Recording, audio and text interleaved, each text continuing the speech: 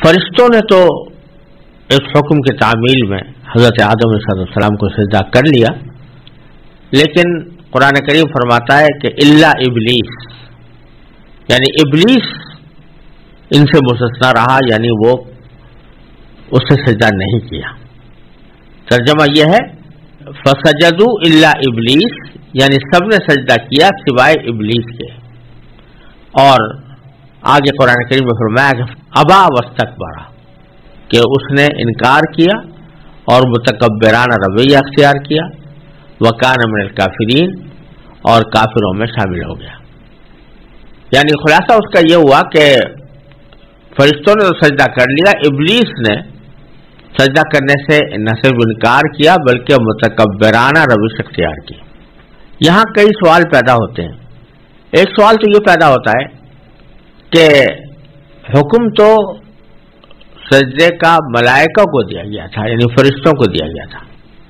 اور ابلیس کوئی فرشتہ نہیں تھا، بلکہ جیسا کہ قرآن کریم نے سورہ کہف میں بیان فرمایا کان من الجن، کہ وہ جنات میں سے تھا۔ تو جب فرشتوں کو سجدہ کرنے کا حکم ہوا تو جنات تو بظاہر اس میں داخل نہ ہونے چاہیے تھے۔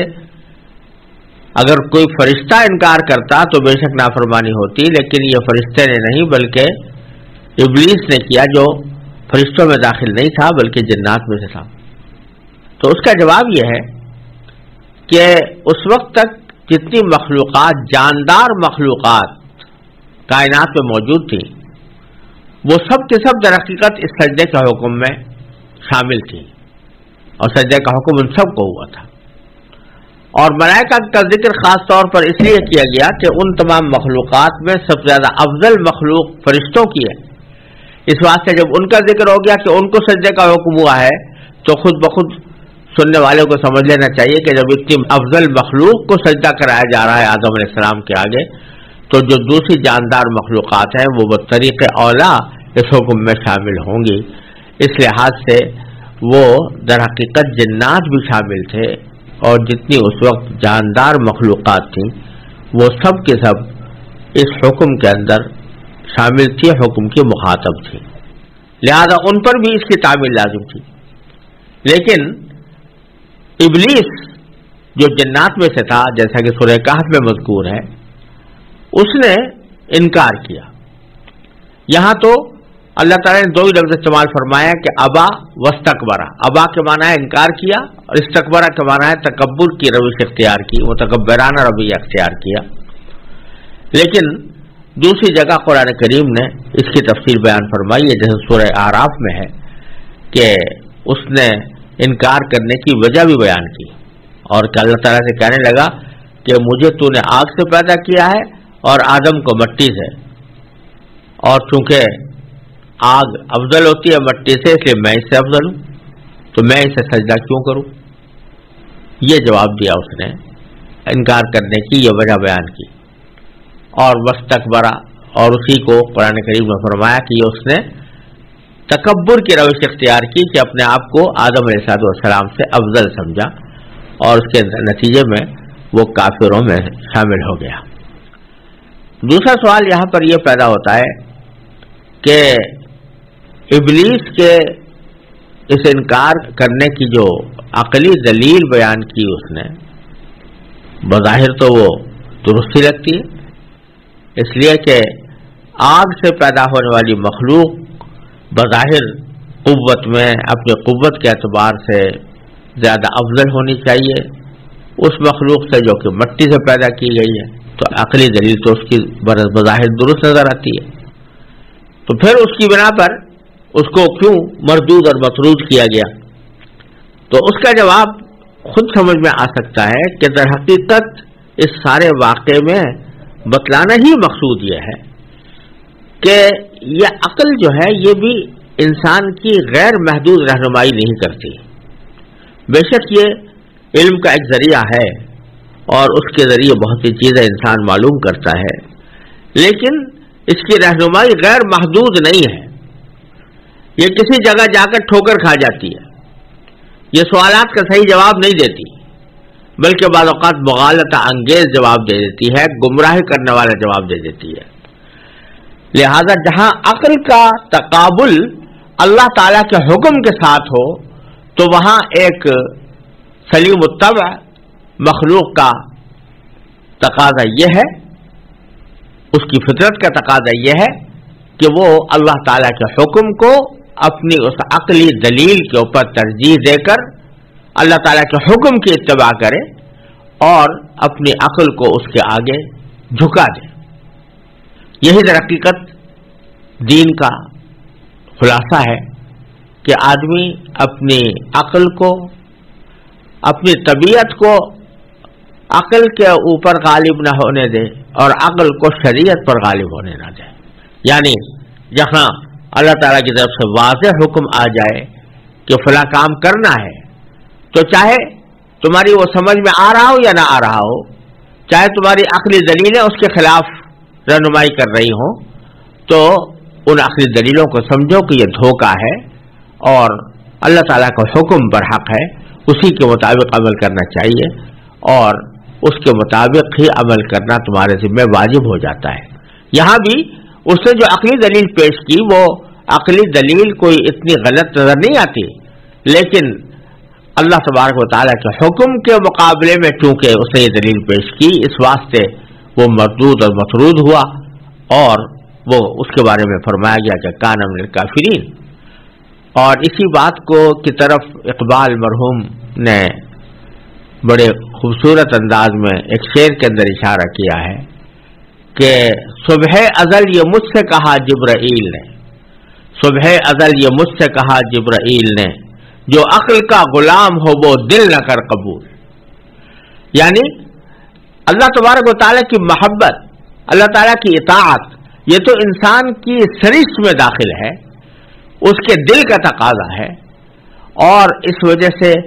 اس دل کا تقاضا یہ ہونا چاہیے کہ جو حکم اس کی طرف سے آ رہا ہے یا جو ہدایت اس کی طرف سے مل رہی ہے وہ میرے لیے وہی واجب التعمیل ہے، اور چاہے میں اس کی حکمت سمجھ پا رہا ہوں یا نہ سمجھ پا رہا ہوں، اس کی مصلحت میری عقل میں آ رہی ہو یا نہ آ رہی ہو، لیکن جب اللہ تعالیٰ کا صریح حکم آ گیا تو مجھے اس کے آگے سر جھکانا چاہیے۔ تو اللہ تعالیٰ نے یہاں یہ وجہ ابلیس کے انکار کی بیان فرمائی کہ در حقیقت وہ متکبر تھا،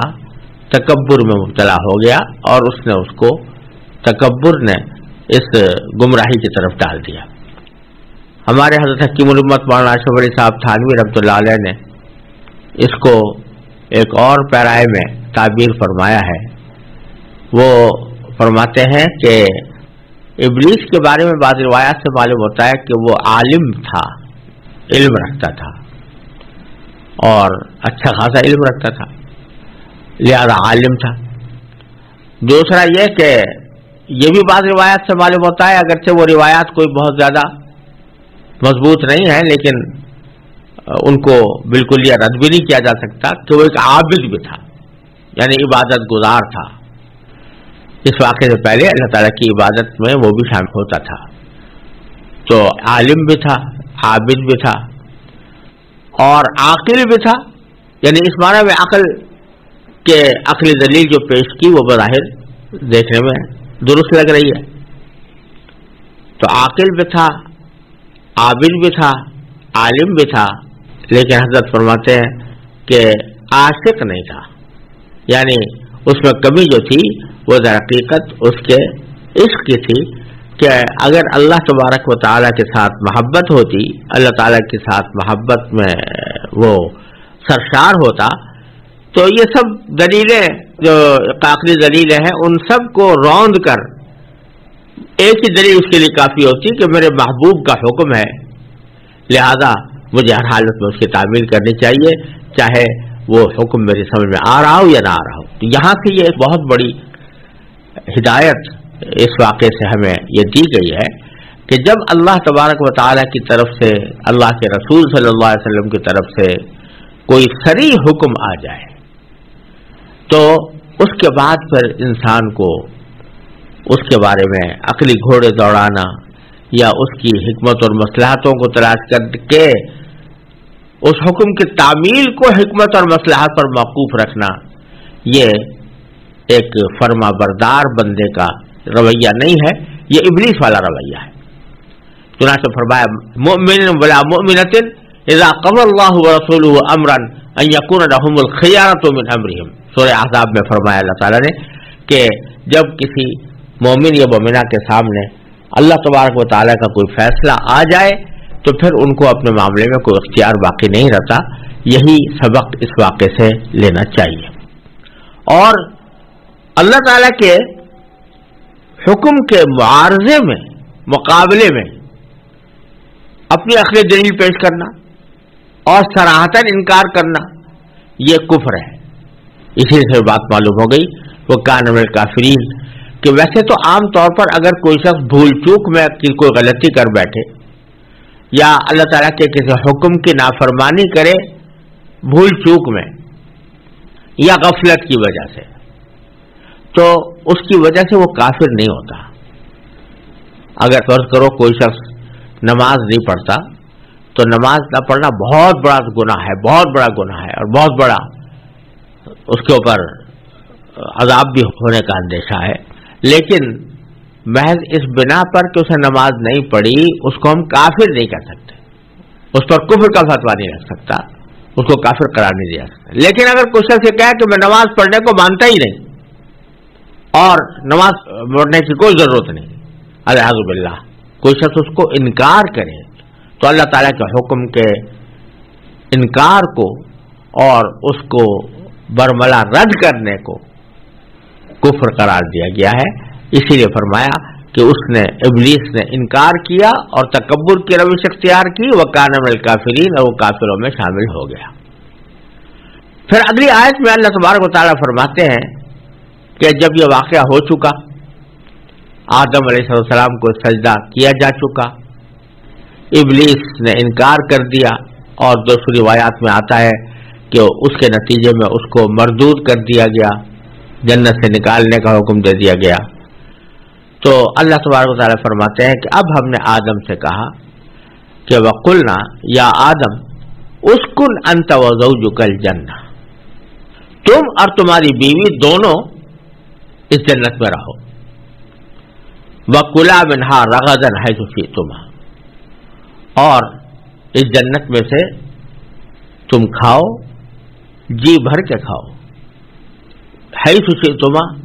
جہاں سے بھی چاہو۔ البتہ ایک خاص درخت کی طرف اشارہ کر کے فرمایا وَلَا تَقْرَبَا هَٰذِهِ الشَّجَرَةَ، اور اس درخت کے قریب مت جانا، فَتَكُونَا مِنَ الظَّالِمِينَ، یعنی اگر اس کے قریب تم گئے تو اس کا نتیجہ یہ ہوگا کہ تم ظالموں میں شمار ہو گئے۔ خلاصہ یہ کہ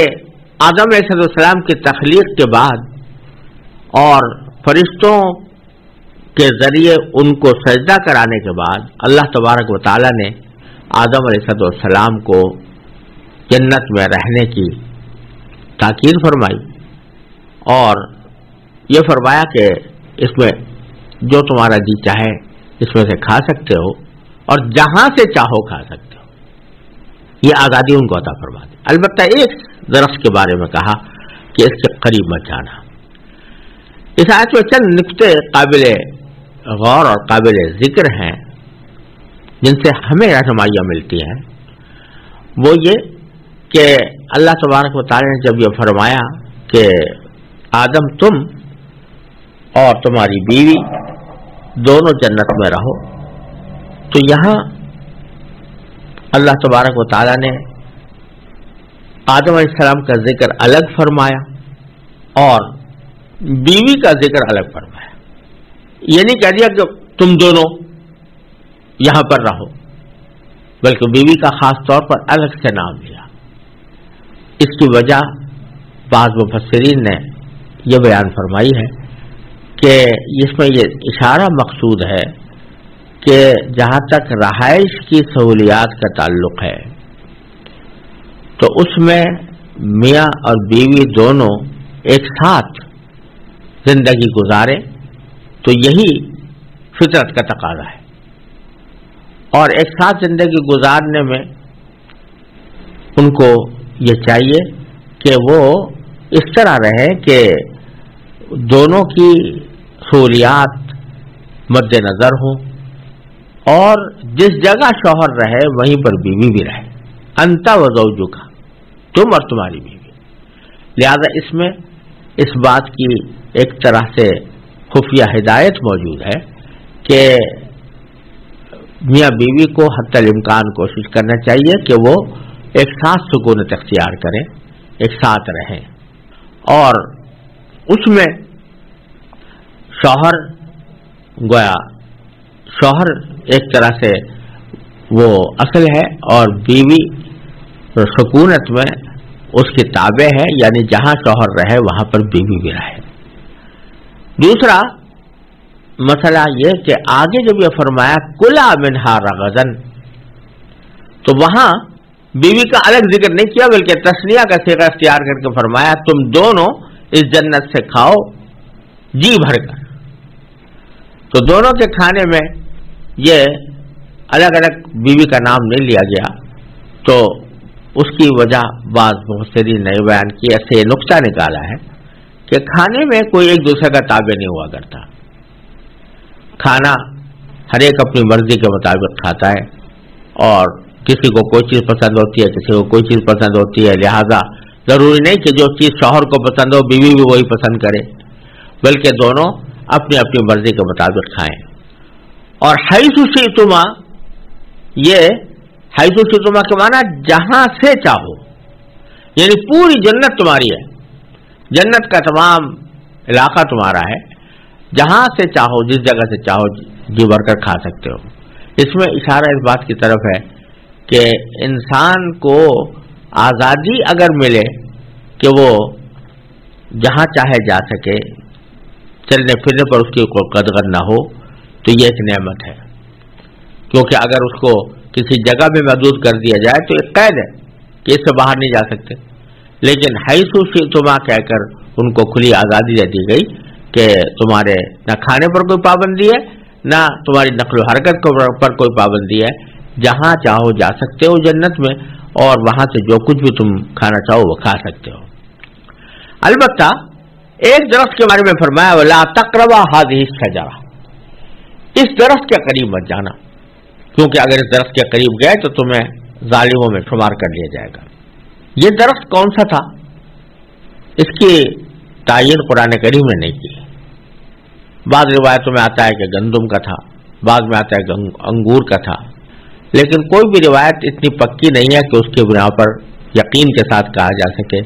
کہ یہ کون سا درخت تھا. جب قرآن نے اس کی تعین نہیں کی تو ہمیں کوئی ضرورت نہیں ہے کہ اس کی تعین میں پڑھیں اور اس بحث میں پڑھیں یا اس کی تحقیق میں اپنا وقت صرف کریں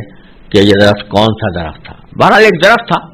جس کے بارے میں اللہ تعالیٰ نے فرمایا کہ اس کے قریب مت جانا. اصل مقصود تو یہ تھا کہ اس درخت کا پھل مت کھانا. اصل ممانعت تو پھل کھانے کی کرنی مقصود تھی، لیکن اس کے لیے عبارت یہ استعمال فرمائی یا الفاظ یہ استعمال فرمائی لا تقربا هذه الشجرة، اس کے قریب بھی مت پھٹکنا، قریب بھی مت جانا.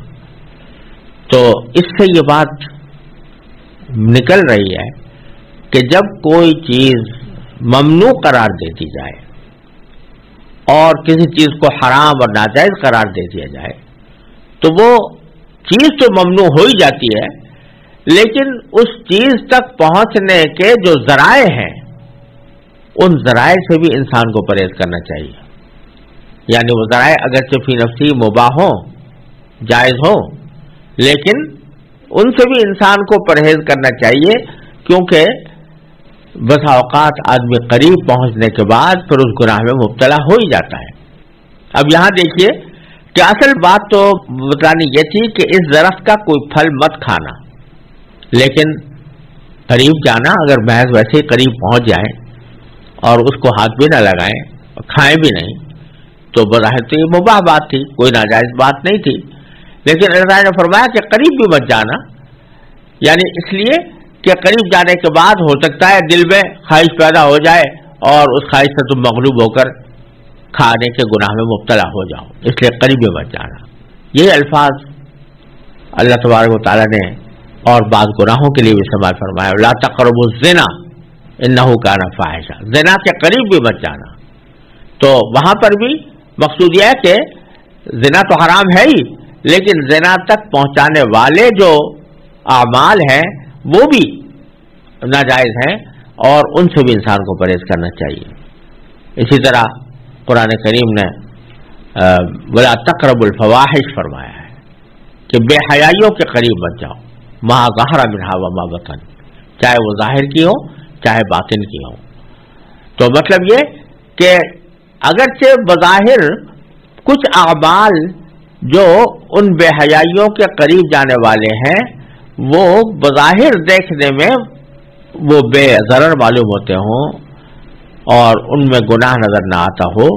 لیکن اگر وہ وہاں تک پہنچا رہے ہیں اور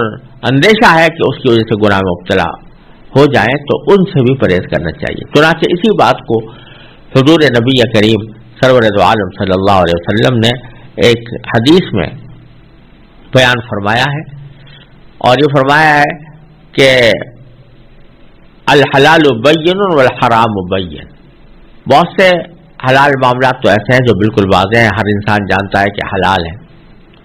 اور حرام بھی چیزیں بھی واضح ہیں، بہت سے حرام چیزیں ہیں جو ان کو انسان جانتا ہے کہ حرام ہے، جیسے مثلا خنزیر کھانا، شراب پینا وغیرہ۔ وبینہما امور مشتبہات، ان دونوں کے درمیان کچھ امور ایسے ہیں کہ جو ملتے جلتے ہیں، یعنی ان کے بارے میں یہ فیصلہ کرنا دشوار ہوتا ہے کہ ان کو حرام میں داخل سمجھا جائے حلال میں داخل سمجھا جائے۔ تو آپ نے فرمایا کہ جو شخص کے شبہات سے بھی پرہیز کرے گا وہ اپنے دین کو محفوظ کر لے گا، اور جو شخص ان شبہات میں مبتلا ہوگا تو اندیشہ ہے کہ کسی وقت کھلے حرام میں مبتلا ہو جائے۔ اور پھر اس کی آپ نے ایک مثال یہ دی کہ پہلے زمانے میں بعض قبائلی سردار ایسا کرتے تھے کہ اپنے جانوروں کے چرنے کے لیے کچھ خاص چراگاہیں مخصوص کر لیتے تھے، وہ ان کی ملکیت تو نہیں ہوتی تھی لیکن انہوں نے ان کو مخصوص کر لیا جاتا تھا کہ اس احاطے میں جتنے بھی چراگاہ ہے اس میں صرف اس سردار کے جانور چریں گے اور سردار کے علاوہ کوئی اور جانور اس میں نہیں چرا سکے گا، اس کو حیمہ کہتے تھے۔ تو رسول کریم صلی اللہ علیہ وسلم نے فرمایا کہ اگر کسی سردار نے کوئی حیمہ بنا رکھی ہے اور اس میں دوسرے لوگوں کو جانور چرانے کی ممانعت کر رکھی ہے، تو جس طرح اس چراگاہ کے اندر جا کر جانور چرانا ناجائز ہے یا ممنوع ہے، تو اسی طرح اس کے ارد گرد چرانا، یعنی چراگاہ کے اندر تو داخل نہیں ہو رہا انسان لیکن اپنے جانوروں کو چراگاہ کے ارد گرد چرا رہا ہے، تو اس میں عین ممکن ہے کہ کوئی جانور کسی وقت حدود سے تجاوز کر کے وہ چراگاہ کے اندر جا پڑے اور وہاں سے چرنا شروع کر دے تو وہ پکڑا جائے گا۔ اسی طرح اللہ فرمایا کہ الا ان حرم اللہ محارمہ، اللہ تعالیٰ کی جو حرام کی چیزیں ہیں وہ بھی اللہ تعالیٰ کی چراگاہ ہے، تو صرف اتنی بات نہیں ہے کہ وہ حرام چیزوں کا ارتکاب نہ کرو بلکہ ان کے قریب جانے والی جو چیزیں ہیں ان سے بھی پرہیز کرو تاکہ کہیں ایسا نہ ہو کہ کسی وقت تم سری حرام میں مبتلا ہو جاؤ۔ تو یہاں جو تعبیر اختیار فرمائی ولا تقربا هذه الشجرہ، کہ اس درخت کے قریب بھی مت جانا، یہ اس اصول کی طرف اشارہ ہے جس کو فقہاء کرام سد ذریعہ سے تعبیر کرتے ہیں کہ گناہ جس طرح ناجائز ہے اسی طرح گناہ تک پہنچانے والے ذرائع اور اسباب بھی ناجائز ہیں، تو تم اس کے قریب بھی مت جانا، اور اگر جاؤ گے تو تم ظلم کرنے والوں میں سے ہو جاؤ گے۔ ظالمین کا لفظ یہاں پر اللہ تبارک و تعالی نے نافرمانی کے معنی میں استعمال کیا ہے۔ ظلم کے لفظی معنی تو یہ ہوتے ہیں کہ جس کی تعریف عام طور سے یہ کی جاتی ہے کہ وضع الشیء فی غیر محلہ، یعنی کسی چیز کو بے جا استعمال کرنا، اس کو ظلم کہتے ہیں۔ لیکن یہ لفظ بڑا عام ہے، اس میں ہر وہ چیز بھی داخل ہو جاتی ہے جو اللہ تعالیٰ کی نافرمانی پر مشتمل ہو، شرک بھی اس میں داخل، ان الشرک لظلم عظیم، قرآن کریم نے فرمایا کہ شرک بڑا عظیم ظلم ہے۔ اسی طرح قرآن کریم گناہ کرنے کو بسا اوقات ظلم سے تعبیر کرتا ہے کہ ظلموا انفسہم، کہ جو لوگ گناہ کرتے ہیں وہ خود اپنی جانوں پر ظلم کرتے ہیں، کیونکہ اللہ تعالیٰ نے جن چیزوں سے روکا ہے یا جن چیزوں کو گناہ قرار دیا ہے وہ مضر چیزیں ہیں، دنیا میں بھی مضر اور آخرت میں بھی مضر۔ تو جب کوئی شخص محض اپنے نفس کے لذت کی خاطر وہ گناہ کا ارتکاب کرتا ہے تو اپنی جان پر ظلم کر رہا ہوتا ہے، کیونکہ اس کا نتیجہ دنیا میں بھی اس کی جان کے لیے خراب ہوگا اور آخرت میں بھی اس کی جان کے لیے خراب ہوگا. تو یہ اس کی اپنی جان پر ظلم ہے. ظلموا انفسہم اس کو قرار دیا ہے. چنانچہ دعا میں بھی، استغفار کی دعا میں بھی، رب انی ظلمت نفسی ظلما کثیرا وانہ لا یغفر الذنوب الا انت، جب بندہ اللہ تعالیٰ سے استغفار کرے تو یہ کہے کہ اللہ میں نے اپنی جان پر ظلم کر لیا ہے، اپنے رحمت سے مجھے معاف فرما دیجیے. اور جیسا کہ آگے آنے والا ہے کہ حضرت آدم علیہ السلام سے بھی جو غلطی ہوئی تھی اس کے استغفار پر بھی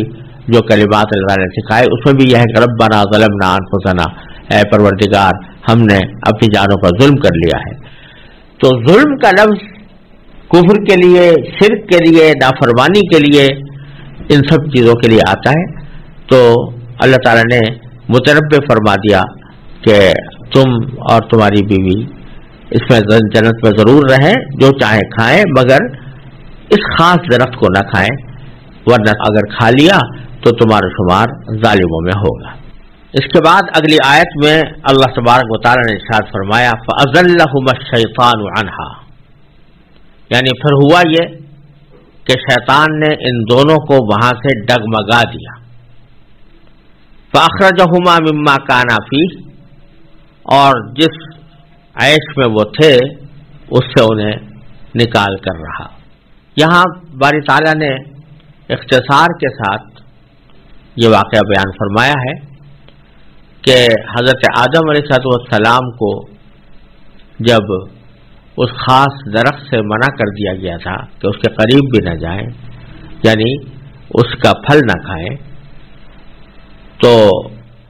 انہوں نے اس کی شروع میں تو پابندی فرمائی، لیکن ایک مرحلہ ایسا آیا کہ شیطان نے ان کو ڈگمگا دیا اور اس کے نتیجے میں وہ یعنی اس درخت کا پھل کھا بیٹھے، جس کے نتیجے میں ان کو جنت سے، ان کو اور ان کی اہلیہ کو، دونوں کو جنت سے نکلنا پڑا. یہاں بڑے اختصار کے ساتھ قرآن کریم نے یہ واقعہ بیان فرمایا ہے. تفصیل اس کی دوسری صورتوں میں آئی ہے کہ شیطان نے ان کو ان کے دل میں وسوسہ ڈالا، فوسوس لهم الشیطان، یہ الفاظ آئے ہیں. اور دوسری جگہ یہ بھی آیا کہ وقاسمہما انی لکما لمن الناصحین، کہ وہ قسم کھا گیا کہ میں آپ کے خیرخواہی کی بات کر رہا ہوں. اور ان کے اس دھوکے میں آ گئے حضرت آدم علیہ السلام، اور انہوں نے اور پھر ان کی اہلیہ نے بھی اس درخت سے کھا لیا. اب یہاں سوال یہ پیدا ہوتا ہے کہ شیطان کس طرح حضرت آدم علیہ السلام حضرت حوا کے پاس پہنچا جبکہ اس کو پہلے جنت سے نکال دیا گیا تھا. کس طرح پہنچا اور کس طرح اس نے ان کو بہلایا پھسلایا، کس طرح ان کو بہکایا، اس کی تفصیلات میں ہم اگر جائیں بھی تو ہمارے لیے کسی یقینی نتیجے تک پہنچنا مشکل ہے، اس لیے کہ یہ ملائے اعلیٰ کی باتیں ہیں، اور ملائے اعلیٰ میں کس طرح کیا واقعہ پیش آیا اس کی جتنی تفصیل قرآن کریم نے بیان کر دی ہے یا صحیح احادیث سے ثابت ہے، اس کے علاوہ اگر ہم کوئی بات کہیں گے تو وہ محض قیاسی اور عقلی گھوڑے دوڑانے والی بات ہوگی. حاصل یہ ہے کہ اللہ تبارک و تعالیٰ نے ہی اپنی حکمت کے تحت شیطان کو یا ابلیس کو کوئی ایسی طاقت عطا فرمائی ہے جس کے نتیجے میں وہ انسان کے دل میں وسوسے ڈالتا ہے. وہ جنت سے باہر رہ کر ڈالے اس نے، یا جنت میں کسی اور شکل میں آ کر ڈالے، اور کس طرح براہ راست گفتگو کی یا صرف وسوسہ ڈالنے پر اکتفا کیا. بظاہر ایسا لگتا ہے قرآن کریم کے الفاظ سے کہ باتیں دونوں ہوئیں، وسوسہ بھی ڈالا اور ساتھ میں کچھ گفتگو بھی ہوئی، اور اس گفتگو کے نتیجے میں اس نے قسمیں بھی کھائیں اور یہ کہا کہ میں خیرخواہی کی بات کر رہا ہوں، جس سے معلوم ہوتا ہے کہ وہ کسی اور شکل میں حضرت آدم و حوا علیہ السلام کے پاس آیا اور اس شکل میں آ کر اس نے گفتگو شروع. اب دوسرا سوال یہ پیدا ہوتا ہے کہ شاید شیطان نے کوئی بھی گفتگو شروع کی ہو، وسوسہ ڈالا ہو، لیکن جب اللہ تبارک و تعالیٰ کی طرف سے حضرت آدم کو واضح طور پر یہ حکم دے دیا گیا تھا کہ اس درخت کے قریب بھی مت جانا، تو اس کے بعد پھر کسی اور کے وسوسہ ڈالنے کی وجہ سے یا کسی اور کے کچھ دلیلیں بیان کرنے کی وجہ سے کیسے حضرت آدم علیہ السلام دھوکے میں آ گئے اور یہ ان سے غلطی کیسے ہوئی؟ تو اس کا جواب یہ ہے کہ در حقیقت اس نے جو دلیلیں پیش کی وہ دلیلیں متعدد نوعیت کی ہو سکتی ہیں، اور وہ ایسی ہو سکتی ہیں جن کی بنا پر ایک آدمی کو دیانتداری کے ساتھ بھی دھوکہ لگ جائے، جس کو بونافائیڈ مسٹیک کہا جاتا ہے کہ محض دیانتدارانہ طور پر انہوں نے ایک رائے قائم کی اور اس رائے میں ان کو غلطی ضرور ہوئی لیکن کوئی بددیانتی نہیں، کوئی معصیت یا نافرمانی کے ارادے سے نہیں کی۔ وہ کیا؟ مثلا ایک توجیہ یہ ہو سکتی ہے جو شیطان نے ہو سکتا ہے پہنچائی بھی ہو کہ اللہ تبارک و تعالیٰ نے فرمایا تھا کہ اس درخت کے پاس مت جانا، وہ کسی خاص درخت کی طرف اشارہ کر کے فرمایا تھا، اس کا نام لے کر نہیں بلکہ اشارہ کر کے فرمایا کہ اس درخت کے پاس مت جانا۔ اب اس کا ایک مفہوم تو یہ ہو سکتا ہے کہ اس درخت سے مراد اس جنس کے تمام درخت ہیں، مثلا اگر فرض کریں اشارہ کیا جیسا مشہور ہے کہ گندم کے درخت کی طرف، گندم کی بالی کی طرف کہ یہ مت کھانا، تو اشارہ تو ہو رہا ہے اس گندم کی بالی کی طرف اور اس کے پھل کی طرف، لیکن مقصود تو بظاہر یہی تھا اللہ تبارک و تعالیٰ کا کہ یہ گندم صرف اس جگہ جو جہاں اشارہ کیا جا رہا ہے یہی مراد نہیں ہے، بلکہ گندم کے جتنے بھی درخت ہیں ان کے گندم کا جو بھی پھل کہیں آ رہا ہو وہ کھانا ناجائز ہوگا۔ لیکن چونکہ بات اشارے سے کہی گئی تھی اور نام درخت کا بظاہر لیا نہیں گیا تھا، تو اس لیے یہ دھوکہ دینا ممکن تھا اور یہ دلیل میں ڈالنا بھی ممکن تھا کہ منع جو کیا گیا تھا اس خاص درخت سے منع کیا گیا تھا، اور جس درخت سے کھانے کی دعوت دی جا رہی ہے یہ بعین ہی وہ درخت نہیں ہے، اگرچہ ہے اسی جنس کا اور اسی پھل کا، لیکن یہ بعین ہی وہ درخت نہیں ہے جس کی طرف اشارہ کر کے اللہ تبارک و تعالیٰ نے منع فرمایا تھا۔ تو ایک تو توجیہ ایک دلیل تو یہ ہوئی۔ دوسری دلیل جس کا ذکر قرآن کریم کی ایک اور آیت سے معلوم ہوتا ہے وہ یہ تھی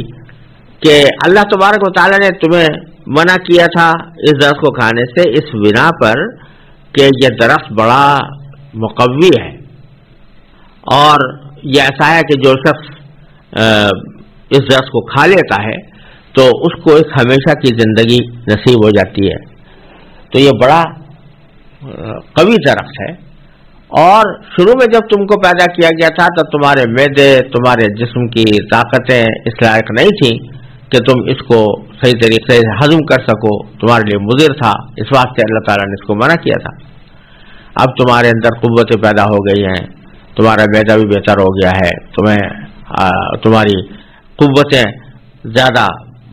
ترقی کر گئی ہیں، تو اب اگر تم اس کو کھا لو گے تو وہ مانعات ختم ہو گئی۔ اور یہ اسی قسم کی دلیل ہے جیسے کہ آج کل بعض لوگ قرآن شریف کے بعض احکام کے بارے میں اس قسم کی خیالی دلیلیں پیش کیا کرتے ہیں کہ فلاں چیز کی حرمت تو اس وجہ سے آئی تھی، آج وہ وجہ موجود نہیں ہے لہذا حرمت بھی ختم ہو گئی۔ مثلا کہتے ہیں کہ بھئی یہ جو بعض لوگوں نے یہاں تک کہہ دیا ہے کہ خنزیر کی جو ممانعات تھی وہ اس لیے تھی کہ خنزیر اس زمانے میں بڑے نجاستوں کے ڈھیر کے اوپر پرورش پاتے تھے اور گندے پڑے رہتے تھے، اور ان کی گوشت کے اندر بڑے صحت کے خلاف جراثیم ہوتے تھے، اس واسطے اللہ تعالیٰ نے منع کر دیا تھا۔ لیکن اب تو ان خنزیروں کی تربیت یا ان کی پرورش بڑی ہائیجینک قسم کے فارمز میں ہوتی ہے اور بڑے صحت افزا مقامات پر ان کو رکھا جاتا ہے، لہذا وجہ ختم ہو گئی جس وجہ سے حرمت نازل کی گئی تھی۔ اسی طرح کی بات دلیلیں بعض لوگ عقلی بنیادوں پر پیش کرنے کی کوشش کرتے ہیں قرآن کریم کی صریح نصوص کے مقابلے میں، تو اسی قسم کی کوئی دلیل شاید حضرت آدم علیہ السلام کو بھی پیش کر دی گئی ہوگی کہ هل ادلکم علی شجرۃ الخلد وملک لا یبلی، جس کا ذکر قرآن کریم میں دوسری جگہ فرمایا ہے۔ تو خلاصہ یہ کہ یہ تجویز پیش کی کہ اول تو یہ وہ درخت نہیں ہے جس کی ممانعت کی گئی تھی، دوسرا یہ کہ اگر ممانعت کی بھی گئی تھی تو وہ در حقیقت ایک عارضی طور پر تمہاری کمزوری کی وجہ سے تھی، اب وہ کمزوری زائل ہو گئی ہے تو اس وجہ سے تمہیں اب اس میں سے کھانے میں کچھ حرج نہیں۔ بہرحال یہ ایک اجتہادی نوعیت کی غلطی تھی جو حضرت آدم علیہ السلام سے سرزد ہوئی، اور یہاں یہ بھی سمجھ لینا چاہیے انبیاء علیہ السلام کو اللہ تعالیٰ ایک خاص صفت عطا فرماتے ہیں جس کو عصمت کہا جاتا ہے، یعنی انبیاء علیہ السلام معصوم ہوتے ہیں۔ معصوم ہونے کے معنی یہ ہوتے ہیں کہ ان سے کسی نافرمانی اور گناہ، صریح نافرمانی اور گناہ کا صدور نہیں ہوتا، یعنی وہ جان بوجھ کر کوئی گناہ نہیں کرتے۔ البتہ کبھی بھول چوک سے یا اجتہادی غلطی سے کوئی عمل صادر ہو جاتا ہے جو حقیقت میں گناہ نہیں ہوتا کیونکہ جان بوجھ کر نہیں کیا، اور دوسرا یہ کہ کسی دلیل کی بنیاد پر کیا، تو اس وجہ سے وہ اجتہادی نوعیت کی غلطی ہوتی ہے، گناہ نہیں ہوتا۔ لیکن چونکہ انبیاء کرام کا مقام بہت بلند ہے، اس لیے بعض اوقات ان کی اجتہادی غلطی کو بھی قرآن کریم میں ذنب سے یا گناہ سے تعبیر کر دیا گیا ہے۔ تو اللہ تبارک و تعالی نے حضرت آدم علیہ السلام کے اس غلطی کا ایک دو جگہ ذکر فرمایا ہے، تو وہاں پر ایسے الفاظ استعمال فرمایا فنسیا، کہ وہ بھول گئے۔ اب بھول سے مراد یہاں پر یہ ہے کہ جسے ہمارے اردو میں بھول چوک کہا جاتا ہے، یعنی وہ اجتہادی نوعیت کی غلطی انہوں نے کی اور اس کو اللہ تعالیٰ نے نسیہ سے تعبیر کیا، بھول چوک سے تعبیر فرمایا۔ تو اس واسطے انبیاء علیہ السلام سے اگر کوئی ایسی بات صادر ہوئی ہے جو خلاف اولا بھی ہو یا مستحب کے خلاف بھی ہو یا کراہت تنزیہیہ رکھتی ہو، تو اس کے اوپر بھی بعض اوقات اللہ تعالیٰ کی طرف سے کچھ عتاب ہوتا ہے، کہ اس لیے کہ انبیاء علیہ السلام ایسی مخلوق ہے کہ جو دوسروں کے لیے نمونہ اور مثال بنتی ہے،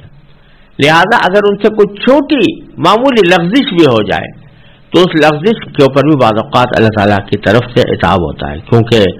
یہ مشہور جملہ ہے کہ حسنات الابرار سیئات المقربین، کہ نیک لوگوں کے طرف سے بہت سے جو نیک کام ہوتے ہیں وہ اللہ کے مقرب بندوں کے لیے وہ برائیاں شمار ہوتی ہیں۔ تو اسی طرح یہاں پر بھی اس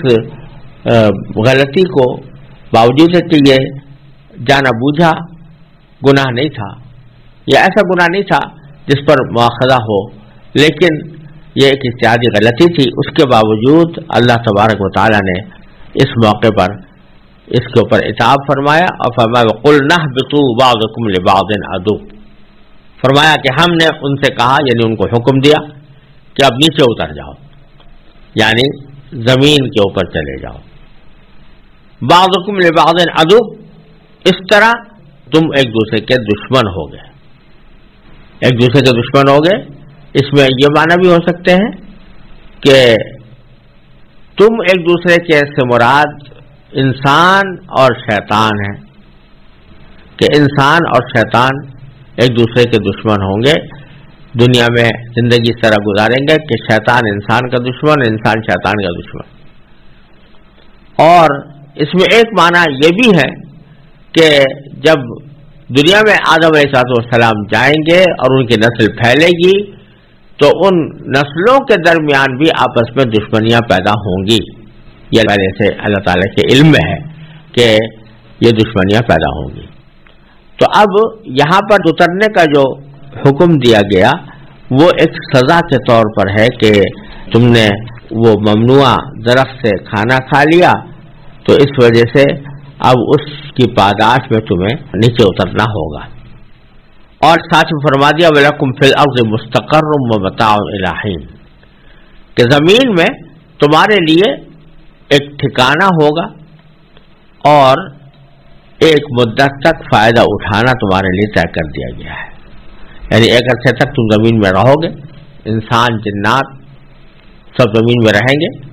اور زمین کی نعمتوں سے فائدہ بھی اٹھائیں گے، لیکن الہین ہمیشہ کے لیے نہیں، ایک معین مدت تک کے لیے تم لوگ یہاں پر رہو گے۔ یہ جب سزا کی بات آئی تو آدم علیہ السلام بڑے پریشان ہوئے، کیونکہ اس سے پہلے نہ کبھی کوئی خطا کا تصور تھا، نہ غلطی کا تصور تھا، نہ گناہ کا تصور تھا، نہ اللہ تعالیٰ کی طرف سے کسی سزا کا تصور تھا۔ غلطی ہو گئی تو اس غلطی کو کس طرح مٹایا جائے اور اس سے کس طرح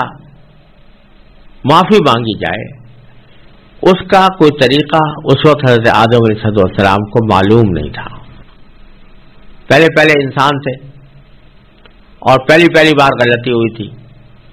اس وجہ سے معلوم نہیں تھا کہ اب میں کس طرح توبہ کروں، کس طرح معافی مانگوں۔ تو اللہ تعالیٰ فرماتے ہیں فَتَلَقَّىٰ آدَمُ مِن رَبِّهِ كَلِمَاتٍ، پھر آدم نے اپنے پروردگار سے توبہ کے کچھ الفاظ سیکھ لیے،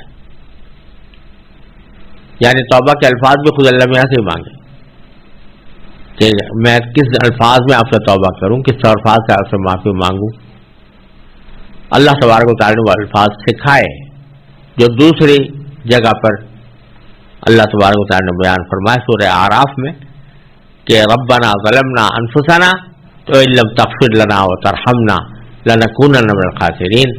کہ اے ہمارے پروردگار ہم نے اپنی جانوں پر ظلم کر لیا ہے، اور اگر آپ ہماری مغفرت نہیں فرمائیں گے اور ہم پر رحم نہیں کریں گے تو ہم ان لوگوں میں داخل ہو جائیں گے جو برباد ہو جاتے ہیں، نقصان اٹھانے والوں میں شامل ہو جائیں گے۔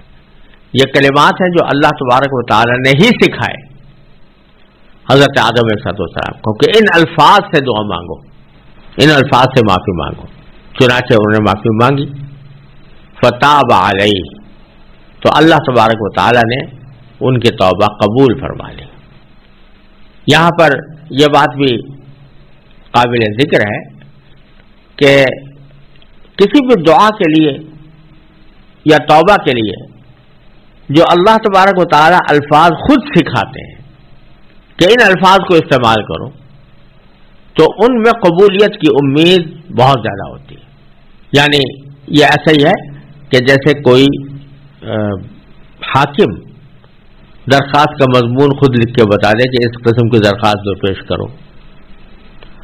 تو جو درخواست کا مضمون حاکم نے پہلے ہی لکھ کے بتا دیا تو غالب گمان یہ ہے کہ وہ رد نہیں ہوگا۔ تو جن چیزوں کو اللہ تبارک و تعالیٰ نے جن چیزوں کے لیے دعائیں تلقین فرمائی ہیں، خود تلقین فرمائی ہے، ان کی قبولیت کی امید اللہ تعالیٰ کی رحمت سے زیادہ ہوتی ہے۔ تو ربنا ظلمنا انفسنا کی دعا جو ہے یہ چونکہ اللہ تبارک و تعالیٰ نے خود آدم علیہ السلام کو سکھائی اور پہلے اس موقع میں سکھائی جب پہلی بار ان سے خطا ہوئی تھی، تو اس وجہ سے ان الفاظ کے ساتھ توبہ کرنے میں اللہ تعالیٰ کی رحمت سے قبولیت کی زیادہ امید ہے۔ اسی طرح ایک جگہ فرمایا وَقُلْ رَبِّ اغْفِرْ وَارْحَمْ أَنْتَ خَيْرُ الرَّاحِمِينَ، یوں کہو کہ اے پروردگار مغفرت فرما اور رحم فرما۔ تو جب اللہ تعالیٰ خود فرما رہے ہیں کہ اس طرح کہو، تو یہ بات اللہ تعالیٰ کی رحمت سے بالکل بعید ہے کہ وہ خود سے کوئی کلمات سکھائیں اور کہیں کہ اس طرح دعا مانگو اور پھر اس کو رد فرما دیں۔ لہذا ان میں قبولیت کی زیادہ توقع، زیادہ امید ہے۔ اسی طرح جہاں فرمایا اما ينزغنك من الشیطان نزغ فاستعذ باللہ، کہ جب شیطان کا تمہیں کوئی ڈنک لگے تو پھر تم اللہ کی پناہ مانگ لیا کرو، یعنی یہ دعا کیا کرو کہ اعوذ باللہ، کہ میں اللہ تعالیٰ کی پناہ مانگتا ہوں۔ تو امید ہے کہ انشاءاللہ جب یہ الفاظ خود سکھائے ہیں تو جب کوئی بندہ مانگے گا تو انشاءاللہ وہ قبول ہوں گے۔ تو اسی طرح یہاں پر بھی حضرت آدم کو سنائے گئے فتاب علیہ، تو اللہ تعالیٰ نے ان کی توبہ قبول فرما لی۔ انہ هو التواب الرحیم، اور یاد رکھو کہ اللہ تبارک و تعالی بہت توبہ قبول کرنے والا، بہت معاف کرنے والا اور بڑا مہربان ہے۔ یہاں یہ سمجھنا چاہیے کہ توبہ جو کو لفظ ہے یہ توبہ سے نکلا ہے، اور اس کے معنی توبہ کرنے کے بھی آتے ہیں اور توبہ قبول کرنے کے بھی آتے ہیں، معافی مانگنے کے بھی آتے ہیں اور معاف کر دینے کے بھی آتے ہیں۔ چنانچہ فتاب علیہم لیتوبوا، ان جگہ دونوں معنی آ رہے ہیں اور توبہ اللہ تعالیٰ اصل معنی تو توبہ کیا ہے؟ رجوع کرنا. تو بندہ جب اللہ تعالیٰ سے توبہ کرتا ہے، مانگتا ہے، تو وہ ایک طرح سے اس رجوع کر رہا ہوتا ہے اللہ تعالیٰ سے. اور جب اللہ تبارک و تعالیٰ توبہ قبول فرماتے ہیں تو وہ رجوع کر رہے ہوتے ہیں بندے کی طرف اپنی رحمت سے.